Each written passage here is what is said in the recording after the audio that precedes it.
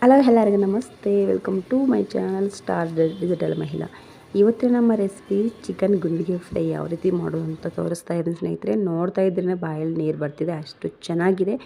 ಮಾಡು ತಿನ್ನಿ ನೋಡಿ ನೀವು ಹೇಗಿದೆ ಅಂತಂದ್ಬಿಟ್ಟು ಸೂಪರಾಗಿರುತ್ತೆ. ನಾನು ಒಮ್ಮೆ ಫಸ್ಟ್ ಟೈಮ್ ಮಾಡಿರೋದು ಇದು. ಸೊ ಮತ್ತೆ ನಮ್ಮ ಮನೇಲಿ ಮತ್ತೆ ಯಾವಾಗ ಮಾಡ್ತೀರಾ ಅಂತ ಕೇಳ್ತಿದ್ದಾರೆ. ಸೊ ಅಷ್ಟು ಚೆನ್ನಾಗಿದೆ. ಸೊ ಯಾವ ರೀತಿ ಮಾಡೋದು ಅಂತ ನೋಡ್ಕೊಂಡು ಬರೋಣ ಬನ್ನಿ. ಇವಾಗ ನಾನು ಚಿಕನ್ ಗುಂಡಿಗೆ ಅಷ್ಟೇ, ಕೋಳಿಯಲ್ಲಿ ಸಿಗುವಂತಹ ಗುಂಡಿಗೆಯನ್ನಷ್ಟೇ ನಾನು ಈ ರೀತಿ ಒರೆಸ್ಕೊಂಬಂದು ಕ್ಲೀನ್ ಮಾಡಿ ಇಟ್ಕೊಂಡಿದ್ದೀನಿ. ಇದು ಮಿನಿಮಮ್ 1 kg ಇದೆ. ಇವಾಗ ಮಸಾಲೆ ರೆಡಿ ಮಾಡ್ಕೊಳ್ಳೋಣ ಬನ್ನಿ ಸ್ನೇಹಿತರೆ. ಈ ರೀತಿ ಒಂದು ಶುಂಠಿ ಬೆಳ್ಳುಳ್ಳಿ ಪೇಸ್ಟ್ ಆಲ್ರೆಡಿ ನಾನು ಮಿಕ್ಸಿ ಜಾರ್ಗೆ ಹಾಕಿಕ್ಕಿದೆ. ಅದಕ್ಕೆ ನಾನು ಇವಾಗ 2 ಮೀಡಿಯಮ್ ಸೈಜು ಈರುಳ್ಳಿ ತೊಗೊಂಡಿದ್ದೀನಿ. ನೆನೆಸಿಟ್ಟಿರೋವಂಥ ಬಾದಾಮಿ ಸ್ವಲ್ಪ ತೊಗೊಂಡಿದ್ದೀನಿ.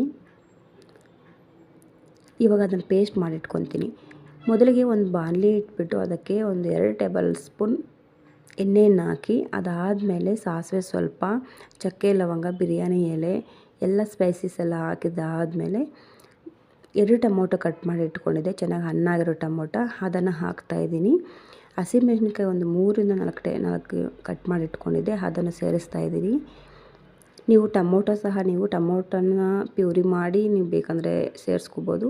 ನನಗೆ ಈ ರೀತಿ ಮಾಡಿದ್ರೆ ಚೆನ್ನಾಗಿರುತ್ತೆ ಅಂತ ಅನ್ನಿಸ್ತು. ಸೊ ನಾನು ಅದರಿಂದ ಟೊಮೊಟೊನ ಡೈರೆಕ್ಟಾಗಿ ಆ್ಯಡ್ ಮಾಡ್ತಾಯಿದ್ದೀನಿ. ಇವಾಗ ಫ್ರೆಶ್ ಆಗಿರುವಂಥ ಕರಿಬೇವು ಸೊಪ್ಪು ತಗೊಳ್ಳಿ. ನಾನು ಹೋದ ವಿಡಿಯೋದಲ್ಲೇ ನಿಮಗೆ ಕರಿಬೇವು ಸೊಪ್ಪು ಯಾವುದೇ ಒಂದು ರೆಸಿಪಿಗಾಗಲಿ, ನಾನ್ ವೆಜ್ ರೆಸಿಪಿಗೆ ಕೊನೆಯಲ್ಲಿ ಹಾಕಿ ಸ್ಮೆಲ್ ಚೆನ್ನಾಗಿರುತ್ತೆ, ಟೇಸ್ಟ್ ಚೆನ್ನಾಗಿರುತ್ತೆ ಅಂತ ಹೇಳಿದ್ದೆ. ಸೊ ಇವಾಗ ನಾನು ಇಲ್ಲಿ ಒಗ್ಗರಣೆಗೆ ಹಾಕ್ತಾಯಿದ್ದೀನಿ. ಪ್ಲಸ್ ನಾನು ನೆಕ್ಸ್ಟ್ ಮತ್ತೆ ಕುದಿಯೋ ಟೈಮಲ್ಲಿ ಸಹ ಹಾಕ್ತೀನಿ ನೋಡಿ.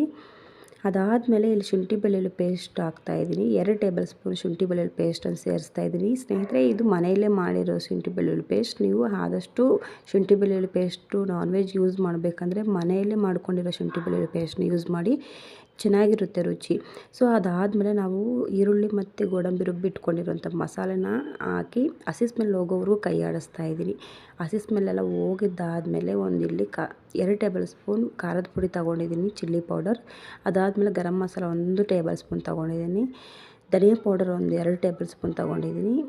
ಅರಿಶಿನ ಪುಡಿ 1/4 ಟೇಬಲ್ ಸ್ಪೂನ್ ತೊಗೊಂಡಿದ್ದೀನಿ. ಇದನ್ನೆಲ್ಲ ಚೆನ್ನಾಗಿ ಮಿಕ್ಸ್ ಮಾಡಿ, ಚೆನ್ನಾಗಿ ನಮಗೆ ಆಯಿಲೆಲ್ಲ ರಿಲೀಸ್ ಆಗಬೇಕು, ಅಲ್ಲಿವರೆಗೂ ಮೀಡಿಯಮ್ ಫ್ಲೇಮಲ್ಲೇ ನಾವು ಈ ರೀತಿ ಮಿಕ್ಸ್ ಮಾಡ್ಕೋಬೇಕು. ಅದಾದಮೇಲೆ ನಾವು ವಾಶ್ ಮಾಡಿ ಕಟ್ ಮಾಡಿ ಇಟ್ಕೊಂಡಿರೋಂತಹ ಕೋಳಿಯ ಗುಂಡಿಗೆಯನ್ನು ಹಾಕ್ತಾಯಿದ್ದೀನಿ. ಇವಾಗ ಉಪ್ಪನ್ನು ಸ್ವಲ್ಪ ಸೇರಿಸ್ಬಿಟ್ಟು ನಿಮಗೆ ಎಷ್ಟು ರಿಕ್ವೈರ್ಮೆಂಟ್ ವಾಟರ್ ಇರುತ್ತೋ ಅಷ್ಟನ್ನು ಸೇರಿಸ್ಕೊಳ್ಳಿ.